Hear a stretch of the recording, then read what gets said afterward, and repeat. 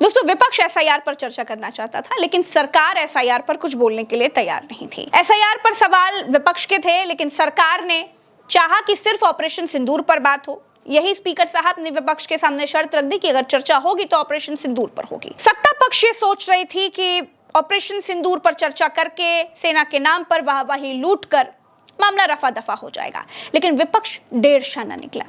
विपक्ष ऑपरेशन सिंदूर पर भी ऐसे ऐसे सवाल लेकर के आया था कि सरकार दाएं बाएं झांकने लगी। ऑपरेशन सिंदूर पर बोलने के लिए राजनाथ सिंह खड़े हुए। उन्होंने खुले शब्दों में यह बात कही कि किसी की जमीन लेना उनका मकसद नहीं था या फिर पाकिस्तान पर हमला करना हमारा मकसद नहीं था। इसके बाद गौरव गोगोई ने जिस तरीके का जवाब दिया राजनाथ सिंह को, जिस तरीके का जवाब दिया अहंकारी सत्ता को, वो आपको सुनना चाहिए। सुनिए राजनाथ सिंह और गौरव गोगोई के बीच वो बात। सीमा पार करना या वहां की टेरिटरी कैप्चर करना इस ऑपरेशन का उद्देश्य नहीं था। क्यों नहीं था? होना चाहिए था। आज उन्होंने खुद कहा कि हमारा मकसद जमीन लेने का नहीं था। क्यों नहीं था? पाकिस्तान ऑक्यूपाइड कश्मीर अगर आज नहीं लेंगे तो कब लेंगे? इसके बाद दोस्तों राजनाथ सिंह ने यह कहा कि पाकिस्तान ने भारत से कहा कि अब युद्ध रोक दो, बहुत हो गया। पाकिस्तान परेशान हुआ और उसने जो है फोन करा भारत में और कहा कि अब युद्ध रोक दो, अब हमसे झेला नहीं जा रहा। दोस्तों, आज विपक्ष सरकार पर पूरी तरीके से भारी पड़ता हुआ दिखाई दिया। विपक्ष तय करके आया था कि आज वो सरकार के सभी सवालों का मुंह तोड़ जवाब देगा और सटीक जवाब देगा। दोस्तों, गौरव गोगोई जो विपक्ष की बात रख रहे थे, जो ऑपरेशन सिंदूर पर सवाल पूछने के लिए खड़े हुए, उन्होंने सवाल पूछा। उन्होंने सरकार से कहा कि आपकी सरकार के दौरान देश ने बहुत कुछ देखा है, बहुत कुछ झेला है। उन्होंने कहा कि आपके समय में ही उरी हुआ, आपके समय में ही पुलवामा हुआ और आपके समय में ही पहलगाम हुआ।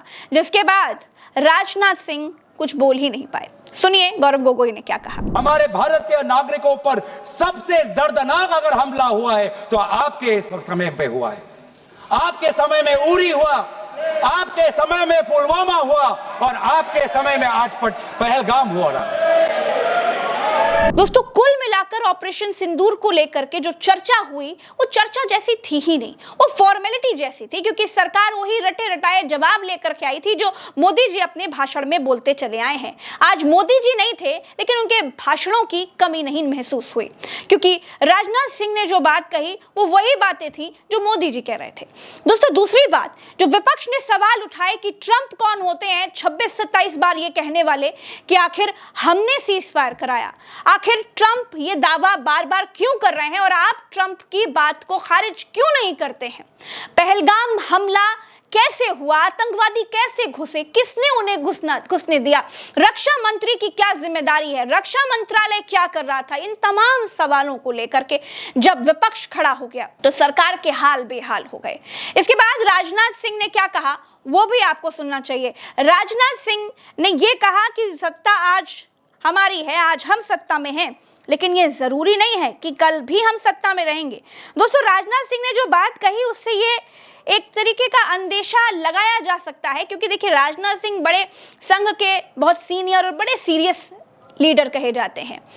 उन्होंने जब ये बात कही तो ये समझ में आता है कि अब भाजपा भी समझ गई है कि उसका दौर धीरे धीरे खत्म हो रहा है। अब लोगों में भाजपा को लेकर के जो विश्वास है वो खत्म हो रहा है। अब सोचिए, जिस पीओके के नाम से ये सत्ता में आए, आज उसी पीओके को लेकर कहते हैं कि हमारा मकसद किसी की जमीन लेना नहीं था। दोस्तों, आज विपक्ष जिस तरीके के सवाल कर रहा था, आज भाजपा से ज्यादा राष्ट्रवादी और देश के लिए मर मिटने वाला जज्बा विपक्ष का दिखाई दे रहा था। लेकिन नॉन बायोलॉजिकल साहिब जो हैं उनको ये सच हजम नहीं होता और शायद इसी वजह से और शायद इन सवालों के डर से ही वो सदन में नहीं है और वो विलायत की यात्रा पर है।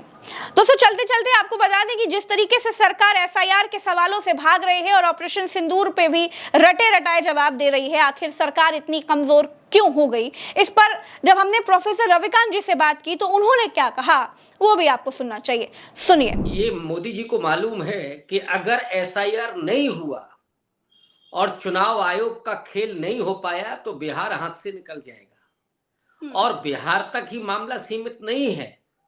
बिहार अगर हाथ से निकला तो फिर दिल्ली बचेगी क्या?